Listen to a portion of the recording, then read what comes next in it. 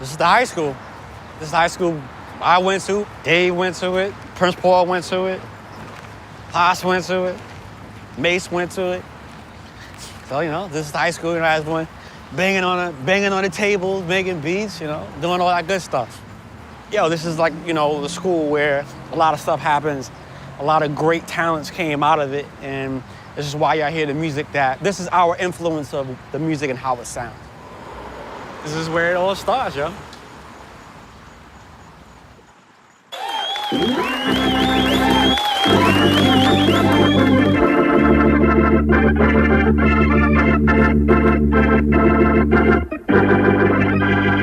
So, fellas, tell us a little bit about yourselves. President preaching about the on-tech, known for the new step, stop and take a bow. Amityville, resident supported by the speaker view. Wanna feel it in your shoe? Let me show you how.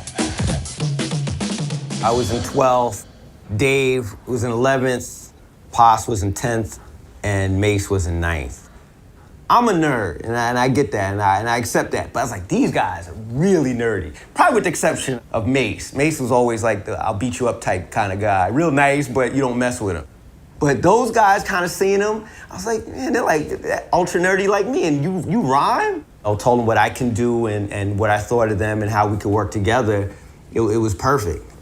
It's like an act of God, almost. Like we were meant to be in the same place at the same time with the same thoughts. How do these guys come together in a place like Amityville, Long Island to make this record? You know what I'm saying? With my weird personality and their quirkiness, how do we come together? Like, it's just, it's indescribable to me. Like, it freaks me out sometimes if I really put some thought into it. If you have a creative mind, you could basically use anything. For example, I could take a record such as a basic Disneyland Mickey Mouse record, for example. Now, people may not believe it, but if you look at these old records, you could find things like drum beats on them. It's hard to believe, though. Paul was just a really dope DJ from the neighborhood and well-respected and actually really appreciated and loved. He was just a really kind dude who just loved hip-hop and had great skills. So once he, as a Long Island guy out of Amityville, gets connected with these Brooklyn guys called Sonic, it just put that much more fire amongst everyone in the neighborhood. Like, wow, Paul made it. Outside of just knowing Paul and seeing him do parties, it was really Mace who linked with him, because Mace as well was just DJing. Yeah, Paul and I, we had a natural progression behind DJing around the neighborhood. And I always told him I had some stuff I'd like for him. Yeah, everybody used to bombard him with that. One day he came up to the school, got me, we went to my house, got these tapes, and I played him the stuff, and he was like, yo, I need to have a meeting with y'all. He said, I can't make any promises, but we'll take this to the studio, and we'll clean all of this up.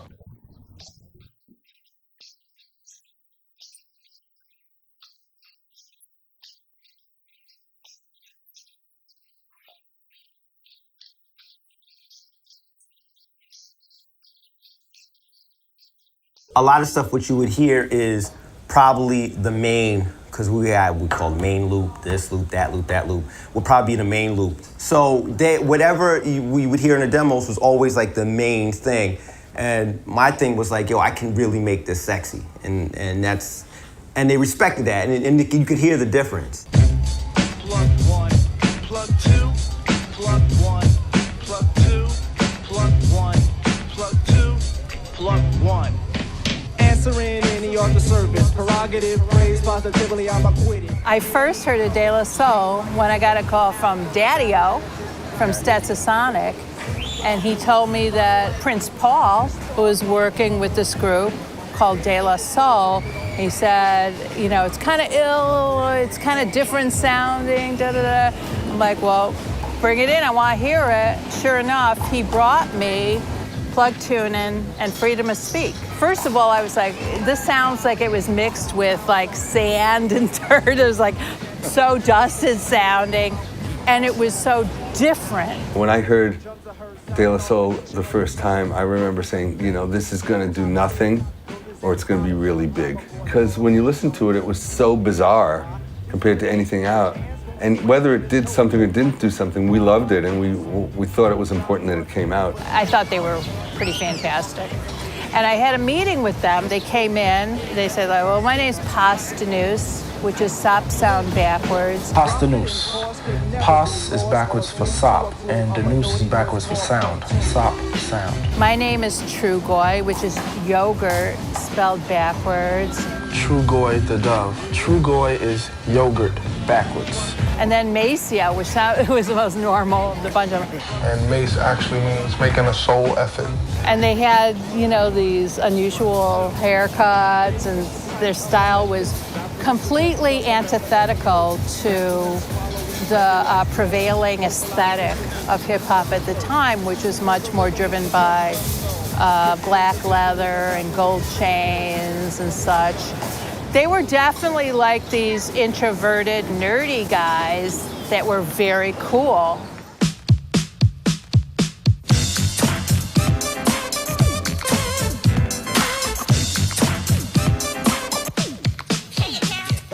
Mirror, mirror on the wall, tell me, mirror, what is wrong? Can it be my De La clothes, or is it just my De La song? What I do ain't make-believe. People say I sit and try, but when it comes to being De La, it's just me, myself, and I. It was clear pretty early on that this was a group that was album-bound. I had hired a young gun A&R guy. His name is Dante Ross. I think the first project I may have assigned him was working with De La Soul.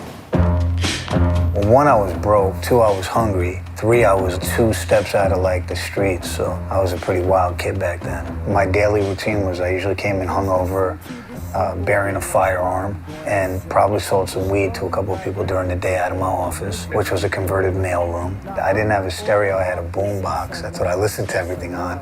Between selling weed and trying to follow up on all the girls I tried to kick it to the night before when I was drunk, I listened to some demos, and producers came and saw me, and et cetera, et cetera. Then the other thing was that De La, Monica Lynch played it for me when she was interviewing me for the job and said, we're thinking about signing this. And I said, that's great, you should sign that. And the rest is history. She signed it, and I got the job, and she said, here's your first project. I just like things that aren't normal. I like shit to the left of everything. I don't like normal rap. I like something that stands out. This is different. That itself doesn't have to try and have like a fake image, something that comes from the heart. Hello, Prince Paul's the name. You know, the DJ for Stetsasonic and the producer of this particular group. And now off of that and on to the soul. De La, that is. If you take 3 glasses of water and put food coloring in them, you have many different colors, but it's still the same old water. Make the connection, and now back to our video. You know, 3 Feet High and Rising kind of was a stage for us being kids, having a good time out of high school, being jerks, being silly. Even with Paul being involved, like he could lend to the zaniness, and he can also help tap into your strengths and allow you not to be afraid, especially in those early albums, to use them. I mean, like even Dave has always been so creative, and sometimes he would be like, but I don't know about this, but Paul be like, no, do it. Look, I push for creativity and to everybody to be involved, and I think a lot of it had to do with me being with Stetsasonic. I remember feeling somewhat limited, like, one, because I was the youngest in the group, so it was like, hey, I want to, so it's almost like when you get older and you say, when I have my family, we're gonna go to eat ice cream for dinner, and we're gonna do, and I'm gonna break all these rules. And that's where, that was the release for De La for me, was all the things I couldn't do in Stetsasonic, I'm gonna allow these guys to do, and in the process of me doing this, I'm gonna teach them what I know. He would make me sit at the board and mix. Like, Mace, touch the buttons, man. A mentor I had prior to him would never let me touch the board, and he saw that, because we worked with the same person. And he was like, man, I was like, yo, they don't let me touch anything in the studio, you know what I mean? He was like, touch it, man. He's like, look at each channel on that board like your radio station in your car. He gave me that simplistic outlook of each channel on the board. He said, obviously there's more stuff, but start right here. First you get your record, your rare groove or whatever sound that you choose to sample. Just, you know, try not to sample nothing that's gonna get you sued. To get your level. Sample is caught. You go to edit sample. And proceed to edit your sample to where you want to start it at. And there you have it. Quelle heure est-il?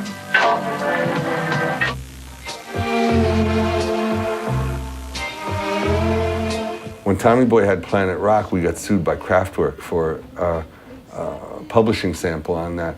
And I sort of overreacted, and I hired, like, the third employee was a lawyer to protect me and so that we would always be able to clear samples. And we asked the producers to tell us what samples were on there, and the artists, and normally they did.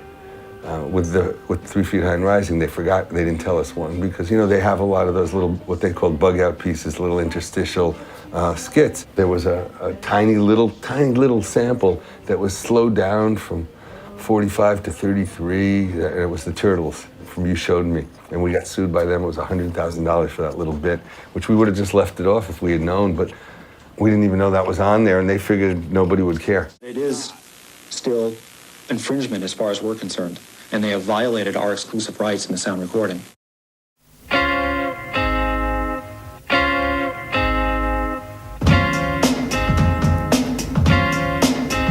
Greetings, girl, and welcome to my world of phrasing right up to bat. It's the daisy age, and you're about to walk top stage, so wipe your lottos on the mat. They came out brand new, slam, and everybody accepted them, you know? So I think they're gonna, start a new trend, and they're gonna be around for a while. It's the type of contemporary sound that we need today. It ain't the same old like all the stories go. And believe that, De La Soul, yo, your niggas got complete mic control. I saw that it spoke to lots of different people.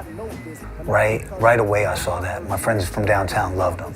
But then the hood guys liked them. We did shows up in the Bronx at Skate Key and shit like that. We did Irving Plaza, Payday, and everyone loved, that was their first show they ever did. Yeah, and they had the girls with the cue cards and the baskets and their boy Granny who danced, and everyone loved them. DMC was there and he was telling them how great they were and they should go on again, and they said, we only got 2 songs, we can't go on again. And Fat Five Freddy was there and Corey Robbins, but then all my downtown friends were there too, and they were like, yo, they're amazing. Like, that's the best shit ever. And I realized that I was onto something, that something was happening. It's one of the few times in my life I realized I was in the middle of something that potentially was great. You could tell these 3 guys were really ghetto, but they definitely were hip, and they had an interesting style. And there was an intelligence that you could just kind of sense. I have to say, in New York, people caught on to it pretty quickly because it was cool and different, and it started bubbling up from the clubs pretty quickly, and Red Alert and Magic and the other key DJs on the radio. Red Alert was known for breaking records. There was lots of records I identify as Red Alert records. And he was the DJ at the Quarters on Friday night. And the Latin Quarters was a mythical place. It was hyper violent and dangerous, and I had the honor of taking that record because they knew I knew Red, and I hit Red with the record, and Red played it right away. Crown Latin Quarters was like, they will let you know what they believe in, what they feel for. They looked up to me, because the booth was up top, and they turned around and looked at me, and yo, and I just kept on playing.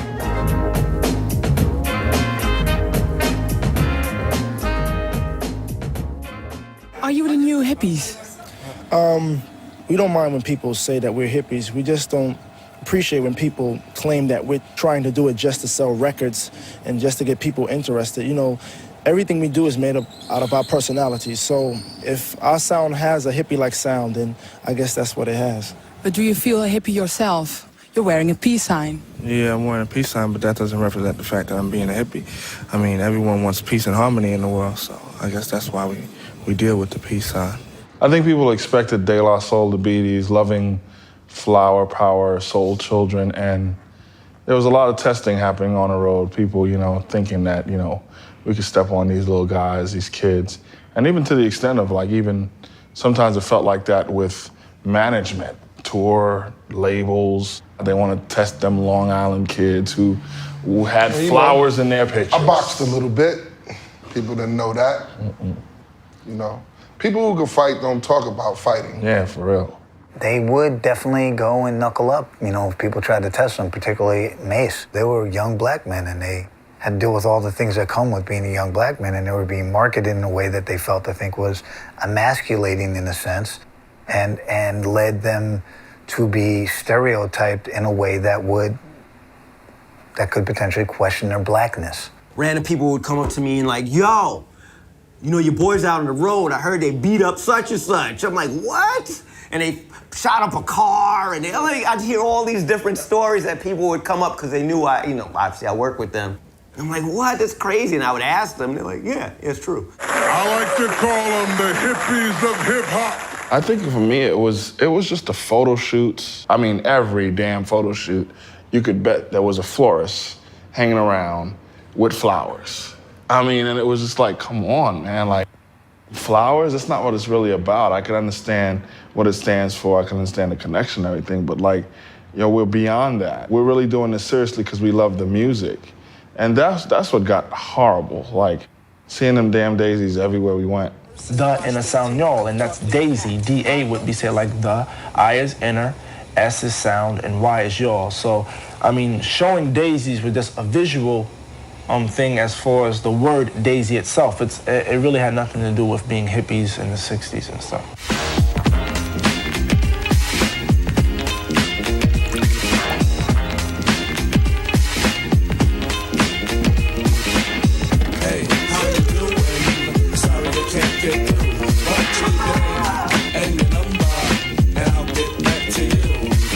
De La Soul had blown up with 3 Feet High and Rising. For them, whether it was on the road or dealing with other people, they kind of got pushed back and understandably decided to make a huge statement about it and say De La Soul is dead. I was really disappointed. Honestly, I was really disappointed because I didn't think they should be apologizing for who they were and what they were saying. This was the time when hip-hop went really hardcore. And it was cool to be a gangster. And De La was anything but a gangster. They're from Long Island, nobody ever thought they were a gangster, no one really cared about that. Really to say De La Soul is dead really was a reaction. They wanted to bury that image that they had built and was working for them, and I thought it was unfortunate, because, I mean, De La Soul is Dead was a good record. There was a few records in there that were apologetic, and I don't really think an artist should ever have to apologize.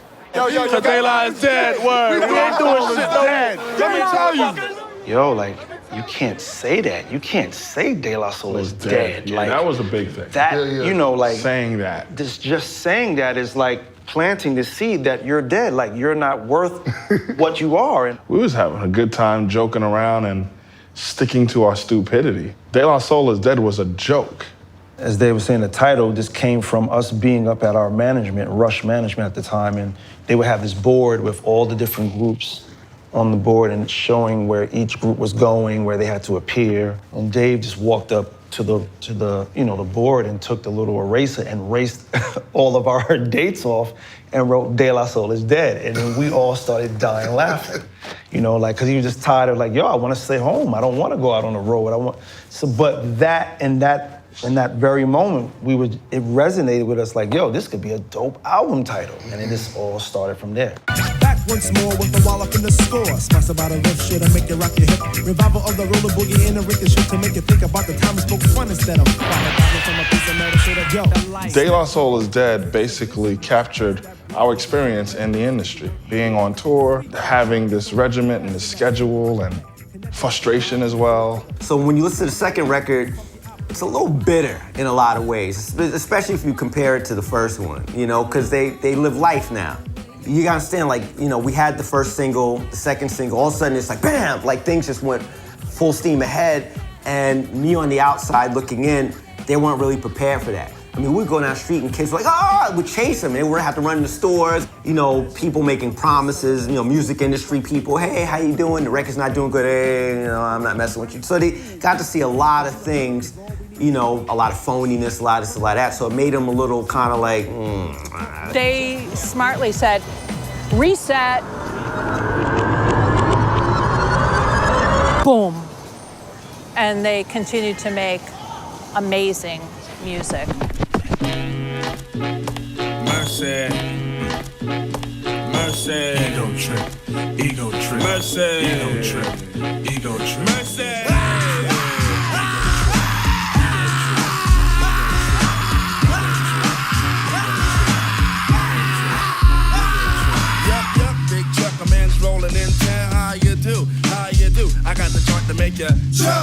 hip hop was starting to become materialistic. Puffy changed the structure of hip hop, was the culture of hip hop.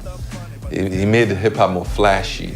He made hip hop a shiny suit you put on, where before that it was come as you are. I don't care you got holes in your pants or holes in your sneakers, we'll take you like that. Yo, whether it was Puff, whether it was whoever, what y'all doing is dope. But don't act like you're the most amazing producer because you're looping up something, because it's too easy to do. For those who are really doing it, we're really doing it, you know? For the ones that were trying to follow a trend because of the person who's really doing it, you know, they're thinking that's how they gotta do it to now be a part of what they think the people wanna see and hear. And some people got offended, but respected it at the same time. We don't really say too much about it, but you know, we monitor everybody out there who's basically getting on that level of, I guess, becoming a rapper, or whether you becoming an actor, whatever. You know, you can't lose grounds with that. You know, that's something that De La has never done.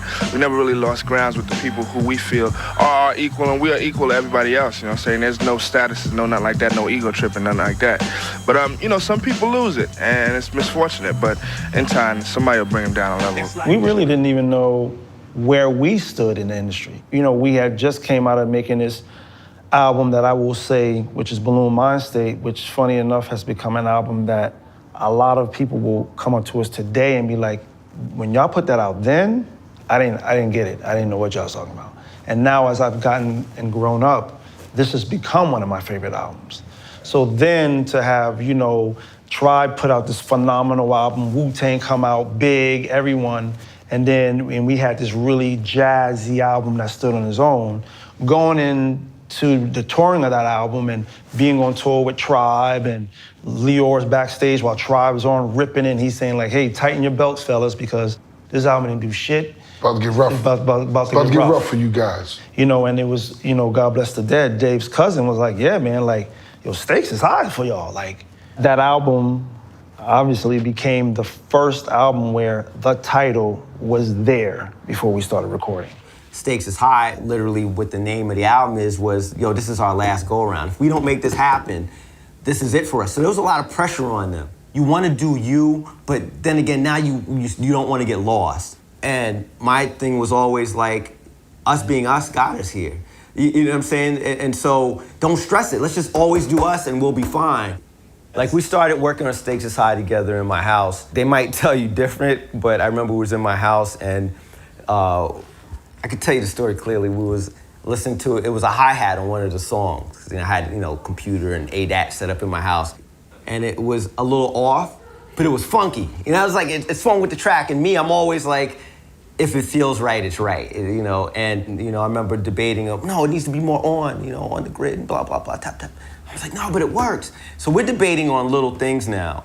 Me being a little, I wouldn't say stubborn, but kind of like, maybe we should end this now because we're still friends. Because if we continue to work, we're not going to see eye to eye. It was a tough moment for me, man. It was like my identity is with De La Soul. My beginnings are with Stetsasonic, but my identity has always been with De La Soul. So it was a tough decision for me to say, yo, F it. One of those amazing qualities that Paul brings is the zaniness. And this was the first album where we knew that the title was called Stakes is High. This was going to be pretty much our Marvin Gaye What's Going On. Wasn't no time for zaniness. And so we were coming across like, creatively like, nah, that's not going to work. As immature and as childish as I acted, I was very aware of the value of friendships, you know what I'm saying, and art. I'm always art first. So how can I argue with these guys about a hi-hat and all this other stuff, but not let them express themselves? It's going against art for art's sake. So, it's what you want to do. I'm not going to step on your toes. Rap in the 90s. It's creative, it's candid, it's controversial. But how much does the music dictate real life? And how much does real life dictate the music? Today on the show, we have rappers De La Soul to discuss the many ways to keep it real.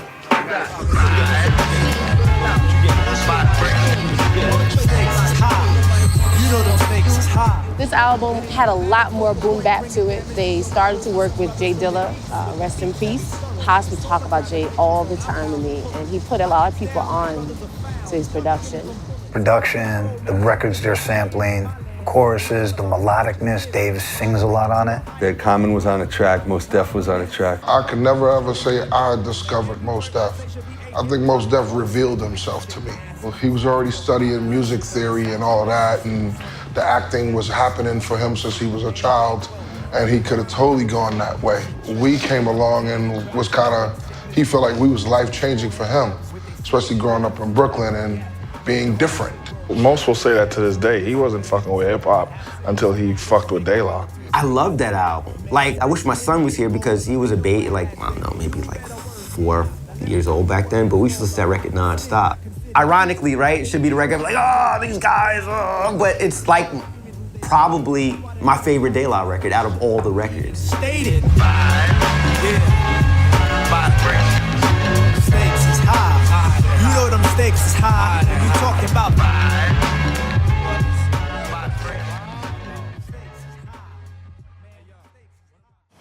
I think that, you know, throughout their career, and we're sitting here in 2016, they've had to make a lot of decisions. Artistic decisions, commercial decisions, big career decisions. I mean, I don't want to say I can't believe, but I'm like astounded by just everything that they've accomplished in 27 years. I think a lot of acts look at De La Soul and say, how can I do that? Their fan base is a fan base that grew with them and stayed with them to tour the world without a record. And they've been doing this for, 25 years straight? The only reason they have it like that, I feel, is because they stay true to themselves. New album is entitled And the Anonymous Nobody. I mean, this record was definitely not the norm for us. And the worst thing would have been having a corporation, an executive over our heads, you know, policing everything we did. I mean, we have songs on this album that are 5 minutes long, and there's no lyrics or rhymes until the last 40 seconds. So we needed freedom to release a record that was just totally the way we wanted it to be. So we tried to Kickstarter. You know, we thought, okay, let's see if our fans would be gracious enough to support and believe in our project. It didn't matter if we just reached our goal, 110,000, what we were shooting for, or landed where we obviously landed at 600,000 and change. It was just good seeing every day somebody coming in and saying, I believe in this. I mean, of course, overwhelming that we raised that type of money and had so much cash to work with to record this record, but at the end of the day, those 11,000 people are like, they saved our lives. You know, they kind of like gave us this boost in confidence to say, yeah, you know, you guys are still wanted out there. You still can do this.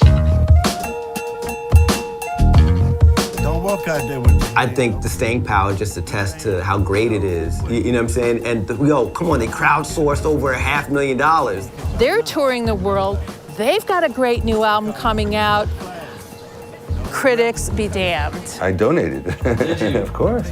Wow, okay. I'm a fan still, you know? If there were no De La Soul, there would be no Kendrick. De La Soul always pushed the button before it was time to push it. I mean, De La Soul to me is, you know, probably the greatest rap group of all time.